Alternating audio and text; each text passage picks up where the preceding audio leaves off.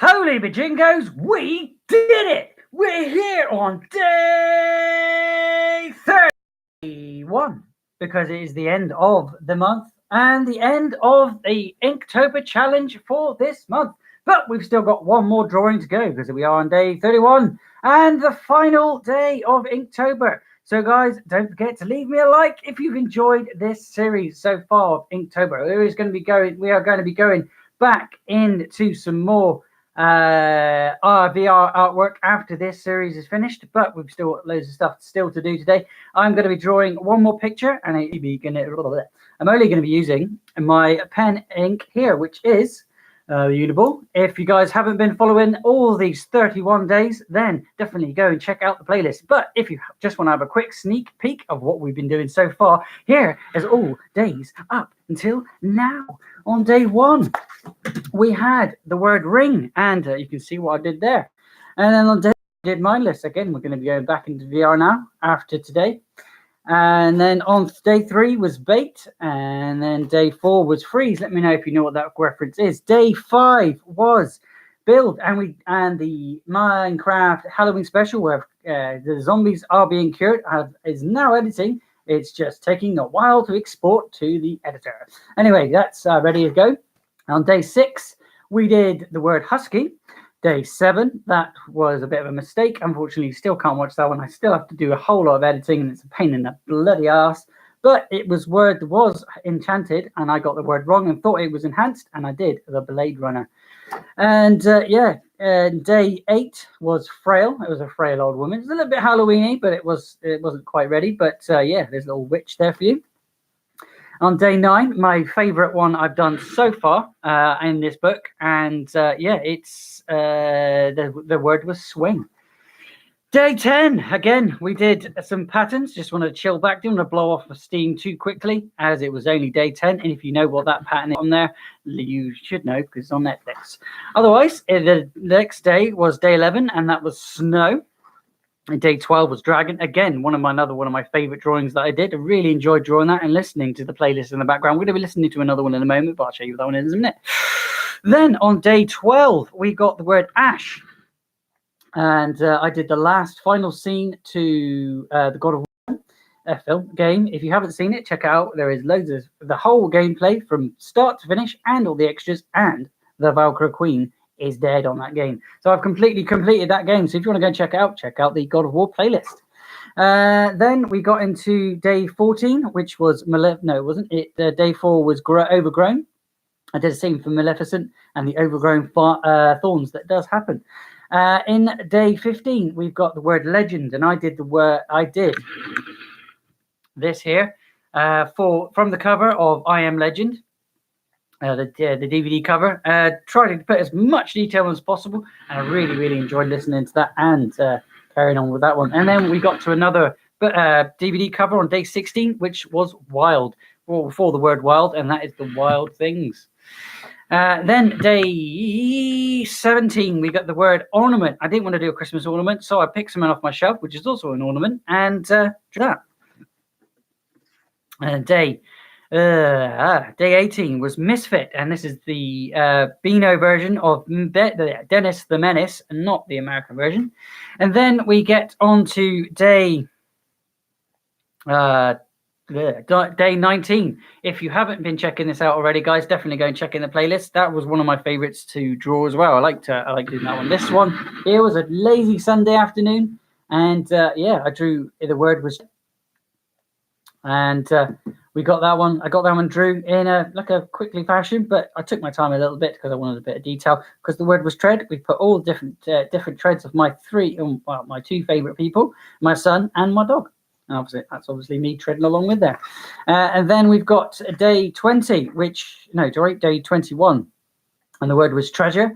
We got a leprechaun. He's showing off his treasure at the end of the rainbow. But what is that goblin doing there? And then on day 22, the word ghost. I did the Ghost Rider. As you can tell, I really enjoyed listening to this playlist in the background. I really enjoyed colouring it in as well. And I didn't put too much colour in, as you know, in Inktober. I've been only trying to use black ink and get through as much as possible without colouring full pictures. And then we get to day 23, and the word was ancient, and that is Nosferatu. If you don't know, Nosferatu is the king, well, I think it's the first vampire. And then we get into the open heart competition, where I took off a little theme because you guys should check this video out, hear my story of my own heart being, well, pieces of my heart removed and replaced with pieces of a pig. That was a revelating situation when it was happening. I was actually the first to have it done of my age. And out of 30 people, I'm the only survivor. But yeah, that was open heart on 2024. Day 25, again, I kept with the theme because the last one was dizzy. This one was tasty, and they're being fed me by the doctor, getting me ready to become the dark ornament of darkness, because this was Professor Pig. We learned a little bit about Professor Pig, so definitely go and check that video out if you don't know who Professor Pig is. He comes from the DC universe, and he's, well, let's just say he's a little bit of a psycho. Then we get to day 27, and the word was ride, and no, it wasn't. The word was coat, and I did this picture here for was Red Riding Hood with a red coat on, as she does, and yeah, check that one out. Then we get to what, again, one of my favorite games as well. I did the front cover of the Red Dead Redemption 2 game, which I'm still playing, and I'll be playing over the weekends until I basically finish the story, or I get bored of it, which I don't think I'm going to. And then we get on to this one again. I get back into Spider-Man because, you know, I love to draw Spider-Man. And the word was injured. Now, it's a bit controversial doing this one because of all the stuff that happened in that film. We will not talk about. And then yesterday, because that was 29. This is day 30, and we did the Roadrunner being tracked down by excuse me again, by the Wily Coyote. He's trying to catch, because that was the word, catch the Roadrunner. But we are here. This is it. Final day. I'm actually quite sad it's the final day. I really enjoyed doing a load of pictures for you guys every single day of this month. If you haven't checked them out, go and check them in the playlists. There will be links at the end of this video if you are watching back. But if you're watching live, feel free to leave a comment at any time during the stream, and I will be happy to have a chat to you. Otherwise, if you're new to the channel, don't forget to hit subscribe. We're going to be listening to another playlist in the background, and because it is Halloween day today, or Halloween night tonight, we're going to be listening to the Sleepy Hollow. I can't remember if I've actually listened to this already, but if we have, this one is a different version. So we'll be listening to the Sleepy Hollow in background as I draw the word today, and the final word, which is ripe. Yes, ripe. So I'm going to be drawing Isaac Newton sitting under a tree, being hit by a ripe apple as he discovers gravity. That's got nothing to do with Sleepy Hollow, but it's a sound round about the same sort of time period, and that's kind of why I picked it. So yeah, we'll be listening to this in the background. So yeah, guys, hopefully enjoy it. If you do, don't forget to leave a like and enjoy the playlist.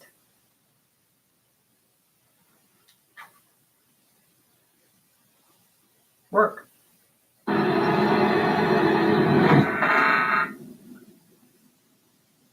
Let's rewind that. I think we missed something.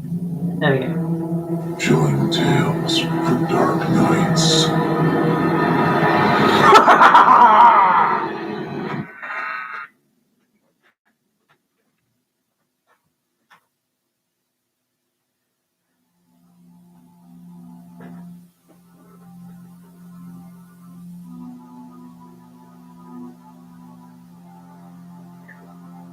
The legend of Sleepy Hollow. Oh, actually, should I do Sleepy Hollow? Should I do? No, it's a head to sword, so not a function right now. By Heather Ward.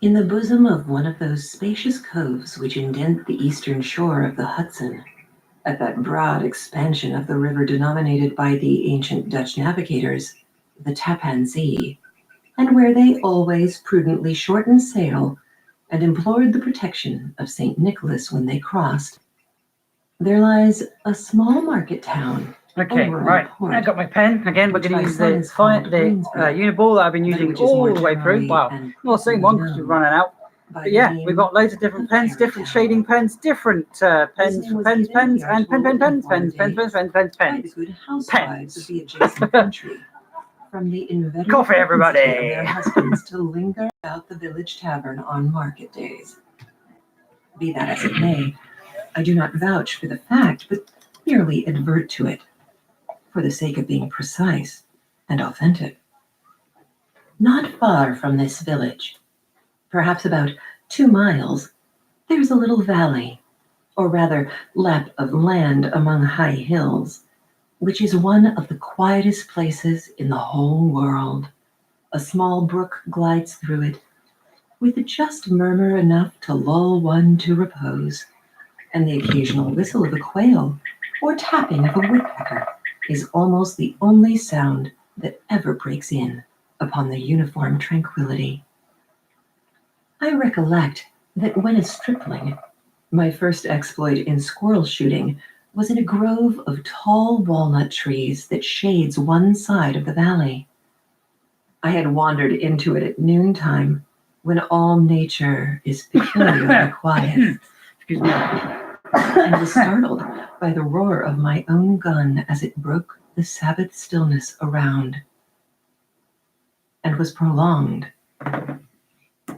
and reverberated by the angry echoes. Okay, If ever let's get I should going. wish for a retreat whither I might steal from the world and its distractions, and dream quietly away the remnant of a troubled life, I know of none more promising than this little valley.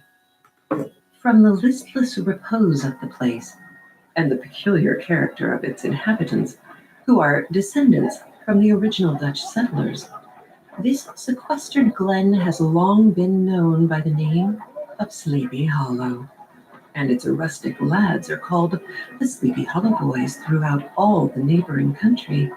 A drowsy, dreamy influence seems to hang over the land and to pervade the very atmosphere.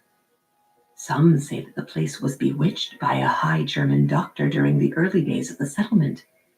Others, that an old Indian chief, the prophet or wizard of his tribe, held his powwows there before the country was discovered by Master Hendrik Hudson. Certain it is, the place still continues under the sway of some witching power that holds a spell over the minds of the good people, causing them to walk in a continual reverie. They are given to all kinds of marvelous beliefs, are subject to trances and visions, and frequently see strange sights and hear music and voices in the air. The whole neighborhood abounds with local tales, haunted spots, and twilight superstitions. Stars shoot and meteors glare oftener across the valley than in any other part of the country. And the nightmare, with her whole ninefold, seems to make it the favorite scene of her gambols. The dominant spirit, however, that haunts this enchanted region, and seems to be commander-in-chief of all the powers of the air, is the apparition of a figure on horseback without a head.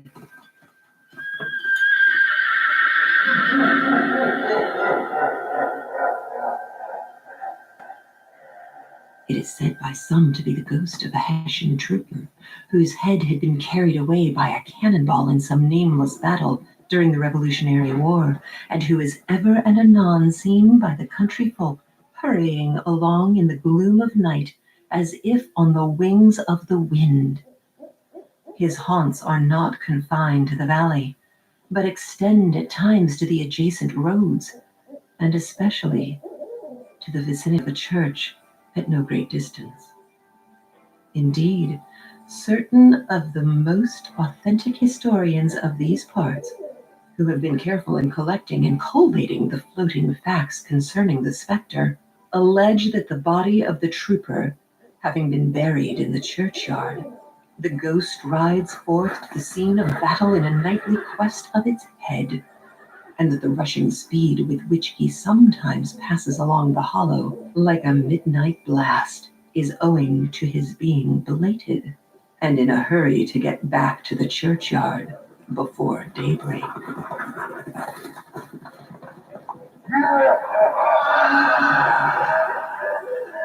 Such is the general purport of this legendary superstition, which has furnished materials for many a wild story in that region of shadows, and the spectre is known at all the country firesides by the name of the Headless Horseman of Sleepy Hollow.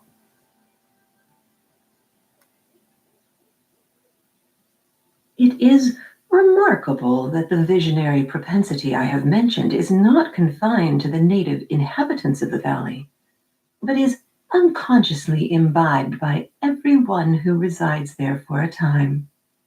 However wide awake they may have been before they entered that sleepy region, they are sure, in a little time, to inhale the witching influence of the air and begin to grow imaginative, to dream dreams and see apparitions.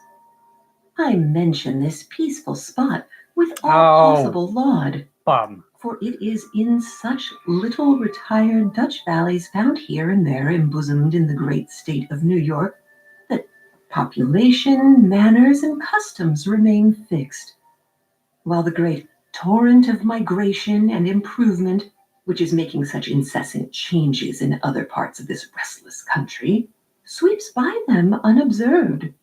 They are like those little nooks of still water which border a rapid stream, where we may see the straw and bubble riding quietly at anchor, or slowly revolving in their mimic harbor, undisturbed by the rush of the passing current.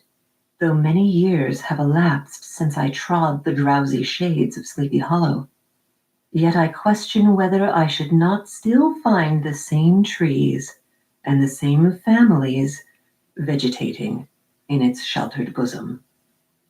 In this by-place of nature, there abode, in a remote period of American history, that is to say some 30 years since, a worthy wight of the name of Ichabod Crane, who sojourned, or as he expressed it, tarried in Sleepy Hollow, for the purpose of instructing the children of the vicinity.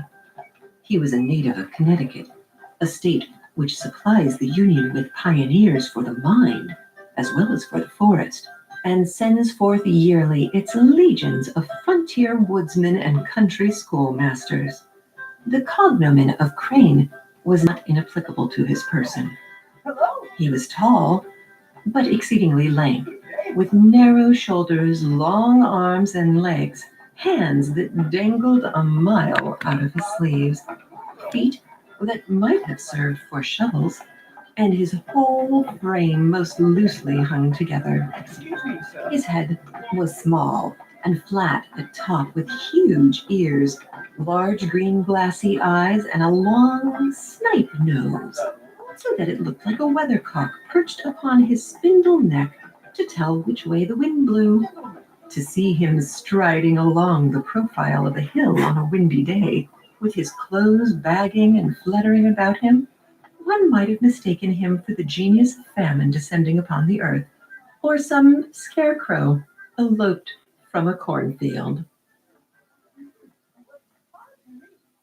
His schoolhouse was a low building of one large room, rudely constructed of logs, the windows partly glazed and partly patched with leaves of old copybooks. It was most ingeniously secured at vacant hours by a withe twisted in the handle of the door, and stakes set against the window shutters, so that, though a thief might get in with perfect ease, he would find some embarrassment in getting out an idea most probably borrowed by the architect Joost van Houten from The Mystery of an Eel Pot. The schoolhouse stood in a rather lonely but pleasant situation, just at the foot of a woody hill, with a brook running close by and a formidable birch tree growing at one end of it. From hence, the low murmur of his pupils' voices, conning over their lessons, might be heard in a drowsy summer's day like the hum of a beehive, interrupted now and then by the authoritative voice of the master. Children, be quiet. In the tone of menace or command, or peradventure by the appalling sound of the birch, Off to school with you now. Off to school. as he urged some tardy loiterer along the flowery path of knowledge. Truth to say, he was a conscientious man, and ever bore in mind the golden maxim, spare the rod and spoil the child. Ichabod Crane's scholars certainly were not spoiled. I would not have it imagined, however, that he was one of those cruel potentates of the school who joy in the smart of their subjects. On the contrary, he administered justice with discrimination rather than severity, taking the burden off the backs of the weak and laying it on those of the strong. Your mere puny stripling that winced at the least flourish of the rod was passed by with indulgence. But the claims of justice were satisfied by inflicting a double portion on some little tough, wrong-headed, broad-skirted Dutch urchin who sulked and swelled and grew dogged and sullen beneath the birch. This hurts me, lad, much more than it hurts you. That's bullshit. All this he called doing his duty by their parents, and he never inflicted a chastisement without following it by the assurance, so consolatory to the smarting urchin, that he would remember it Spare and the thank him for it rod, the longest spoil day the he had to child. live. Be from Vendetta, I remember that from. Just one day. Mhm. Hey, come back here, urchin. When school hours were over, he was even the companion and playmate of the larger boys, and on holiday afternoons would convoy some of the smaller ones home who happened to have pretty sisters or good housewives for mothers noted for the comforts of the cupboard. Indeed, it behooved him to keep on good terms with his pupils. The revenue arising from his school was small, and would have scarcely been sufficient to furnish him with the daily bread, for he was a huge feeder, and though lank, had the dilating powers of an anaconda. But to help out his maintenance, he was, according to country custom in those parts, boarded and lodged at the houses of the farmers whose children he instructed. With these, he lived successively 1 week at a time, thus going the rounds of the neighborhood with all his worldly effects tied up in a cotton handkerchief. That all this might not be too onerous on the purses of his rustic patrons, who are apt to consider the costs of schooling a grievous burden, and schoolmasters as mere drones, he had various ways of rendering himself both useful and agreeable. Yes, I'd like to offer my services to you, sir. Have you ever done this kind of work before? Oh my. Well, certainly. All right. He assisted the farmers occasionally in the lighter labors of their farms, helped to make hay, Oh my. Well, that's quite enough, you beast. mended the fences, Oh my goodness. Oh, wretched beast. took the horses to water, Oh my. Oh, you wretched beast. drove the cows from pasture, All right. All right. Bessie, that's enough out of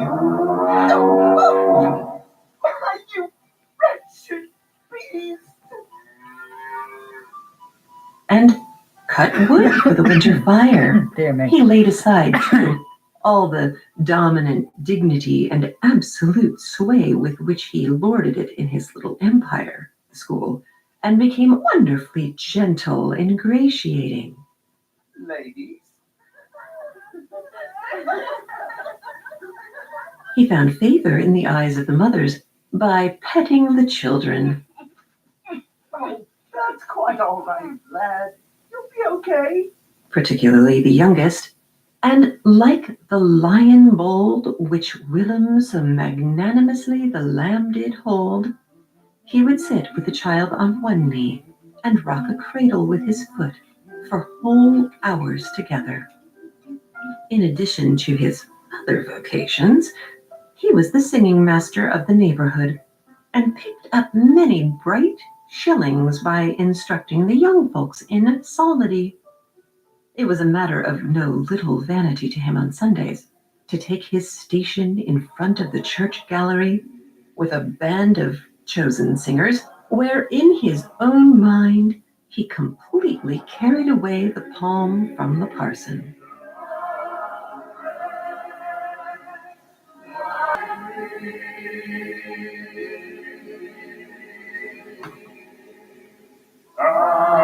Certain it is, his voice resounded far above all the rest of the congregation, and there are peculiar quavers still to be heard in that church, and which may even be heard half a mile off, quite to the opposite side of the mill pond on a still Sunday morning, which are said to be legitimately descended from the nose of Ichabod Crane.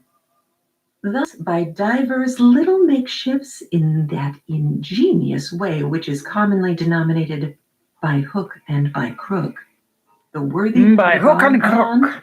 tolerably enough, and was thought, by all who understood nothing of the labor of headwork, to have a wonderfully easy life of it. The schoolmaster is generally a man of some importance in the female circle of a rural neighborhood, being considered a kind of idle gentleman-like personage of vastly superior taste and accomplishments to the rough country swains, and indeed inferior in learning only to the parson. His appearance, therefore, is apt to occasion some little stir at the tea-table of a farmhouse, and the addition of a supernumerary dish of cakes or sweetmeats, or peradventure the parade of the silver teapot. Our man of letters, therefore, was peculiarly happy in the smiles of all the country damsels. How he would figure among them in the churchyard, between services on Sundays, gathering grapes for them from the wild vines that overran the surrounding trees, reciting for their amusement all the epitaphs on the tombstones, or sauntering with a whole bevy of them along the banks of the adjacent mill pond, while the more bashful country bumpkins hung sheepishly back, envying his superior elegance and address. From his half-itinerant life, also, he was a kind of traveling gazette, carrying the whole budget of local gossip from house to house, so that his appearance was always greeted with satisfaction.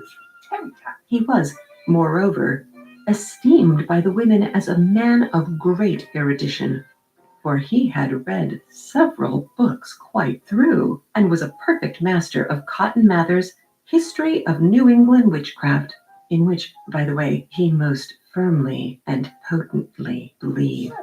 It's true. Cotton Mather would not lie. He was, in fact, an odd mixture of small shrewdness and simple credulity.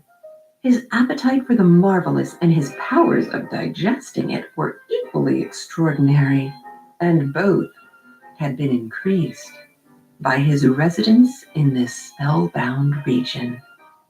No tale was too gross or monstrous for his capacious swallow.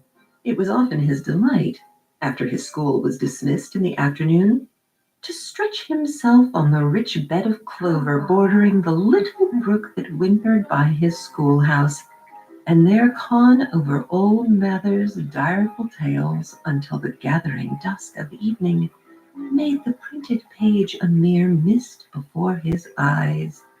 Then, as he wended his way by swamp and stream and awful woodland to the farmhouse where he happened to be quartered. Every sound of nature at that witching hour fluttered his excited imagination. The moan of the whippoorwill from the hillside, the boding cry of the tree toad, that harbinger of storm, the dreary hooting of the screech owl, or the sudden rustling in the thicket of birds frightened from their roost. The fireflies, too, which sparkled most vividly in the darkest places now and then, startled him, as one of uncommon brightness would stream upon his path, and if by chance a huge blockhead of a beetle winging its blundering flight against him, the poor varlet was ready to give up the ghost with the idea that he was struck with a witch's token. His only resource on such occasions, either to drown thought or drive away evil spirits, was to sing psalm tunes. And the good people of Sleepy Hollow, as they sat by their doors of an evening, were often filled with awe at hearing his nasal melody, in linked sweetness long drawn out, floating from the distant hill or along the dusky road. Another of his sources of fearful pleasure was to pass long winter evenings with the old Dutch wives as they sat spinning by the fire, with a row of apples roasting and spluttering along the hearth, and listen to their marvelous tales of ghosts and goblins, and haunted fields, and haunted brooks, and haunted bridges, and haunted houses, and particularly of the Headless Horseman, or Galloping Hessian of the Hollow, as they sometimes called him. He would delight them equally by his anecdotes of witchcraft, and of the direful omens and portentous sights and sounds in the air which prevailed in the earlier times of Connecticut, and would frighten them woefully with speculations upon comets and shooting stars, and with the alarming fact that the world did absolutely turn round, and that they were half the time topsy-turvy. But if there was a Were we pleasure though? Are we in all though? this, while Because we're snugly spinning, cuddling we're on in it the chimney anyway. corner of Are the we going chamber upside that was down? all of Is a there red any glow upside from the down? crackling wood fire, and where, Does of gravity course, really no exist? spectre dared to show its face? It was dearly purchased by the terrors Is the world of flat? his subsequent walk There's the question. homewards. What fearful Isaac Newton knew the shapes and question, shadows and beset he knew his the answer path to the question. amidst the dim and ghastly glare of a snowy night. With what wistful look did he eye every trembling ray of light streaming across the waste fields from some distant window? How often was he appalled by some shrub covered with snow, which, like a sheeted spectre, beset his very path? How often did he shrink with curdling awe at the sound of his own steps on the frosty crust beneath his feet, and dread to look over his shoulder, lest he should behold some uncouth being trampling close behind him? And how often was he thrown into complete dismay by some rushing blast howling among the trees in the idea that it was the Galloping Hessian on one of his nightly scourings. All these, however, were mere terrors of the night, phantoms of the mind that walk in darkness. And though he had seen many spectres in his time, and been more than once beset by Satan in divers shapes in his lonely perambulations, yet daylight put an end to all these evils, and he would have passed a pleasant life of it, despite of the devil and all his works, if his path had not been crossed by a being that causes more perplexity to mortal man than ghosts, goblins, and the whole race of witches put together, and that was a woman.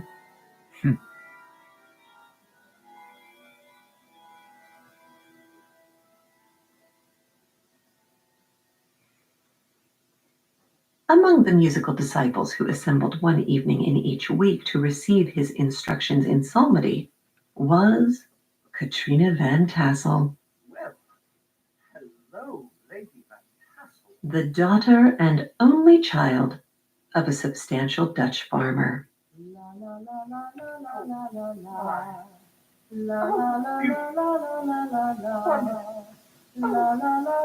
She was a blooming lass of fresh 18, plump as a partridge, ripe and melting and rosy-cheeked as one of her father's peaches, and universally famed not merely for her beauty, but for her vast expectations. She was, withal, a little of a coquette, as might be perceived even in her dress, which was a mixture of ancient and modern fashions, as most suited to set off her charms. She wore the ornaments of pure yellow gold, which her great-great-grandmother had brought over from Saardam, the tempting stomacher of the olden time, and withal a provokingly short petticoat to display the prettiest foot and ankle in the country round. Ichabod Crane had a soft and foolish heart towards the sex, and it is not to be wondered at that so tempting a morsel soon found favor in his eyes, more especially after he had visited her in her paternal mansion. Old Baltus Van Tassel was a perfect picture of a thriving, contented, liberal-hearted farmer.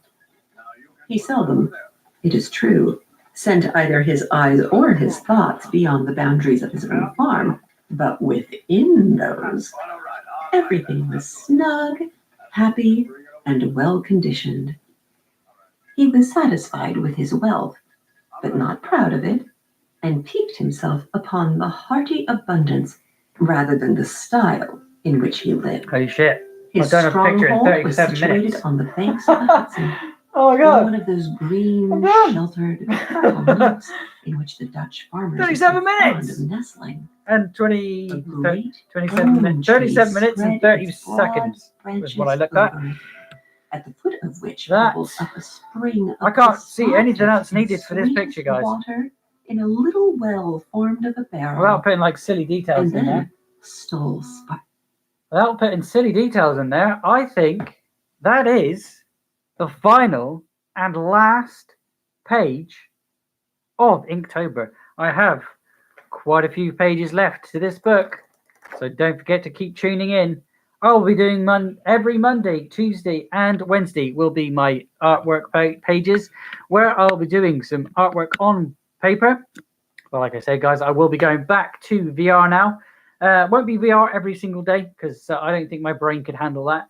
But I will be doing it on Thursdays and Fridays. So don't forget to tune in on those days. That will be the same time as these streams are here now, around about midday or just after, where I'll be doing some. On a Monday, I will do I'll do a sketch with pencil. On Tuesday, I'll be inking that pencil sketch, and then on Wednesday, I will color that one in. I go back to my old routine, and then Thursdays we will have my VR artworks.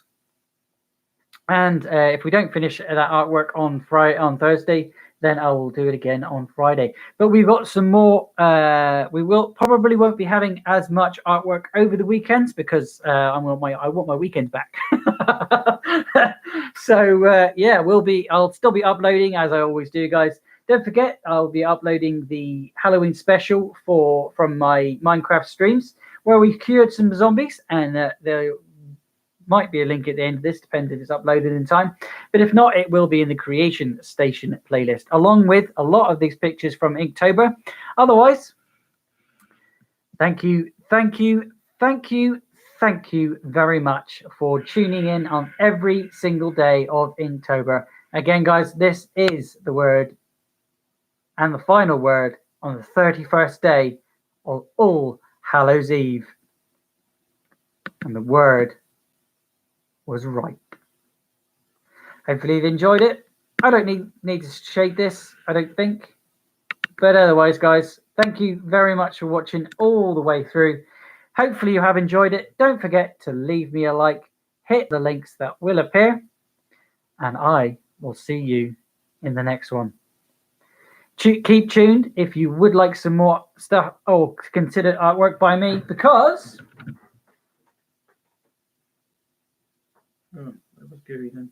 because I have been creating and crafting. I will be cutting this one out and gutting this bugger in a minute. So keep tuned, as I have got a little picture already drawn on here. There was a ghost. You could, the ghost has disappeared. There was a ghost on the back of this, but anyway, that's what we're going to be carving out. So keep tuned. I'll be back in roughly 10 to 20 minutes, and we'll be getting on with that. But otherwise, guys, if you have enjoyed Inktober, I would really appreciate you leaving a like and checking out all the other playlists if you want some more artwork before next week. Otherwise, guys, like again, thank you for watching. You've been an awesome. This has been a brilliant challenge for me. We've only used this pen and these pens here. A few of the colored pens here. Really need to buy more of these because these are crap, but they're not bad for highlighting. Shut up, Alexa. And yeah, guys, thank you. It's been amazing. It really has. I want to say a big thank you to the creators of Inktober as well for this challenge of this year. I will do it again next year, but until then, keep tuned for some more artwork. Hopefully, maybe you've learned something. Let me know what you have or what you have liked, and leave some comments down below if you're watching back. If you want to listen to Sleepy Hollow, I will be listening to the rest of that in a moment when I do the thing. But yeah, guys, we're done. Thank you very much for watching, and I'll see you in the next one. Bye for now.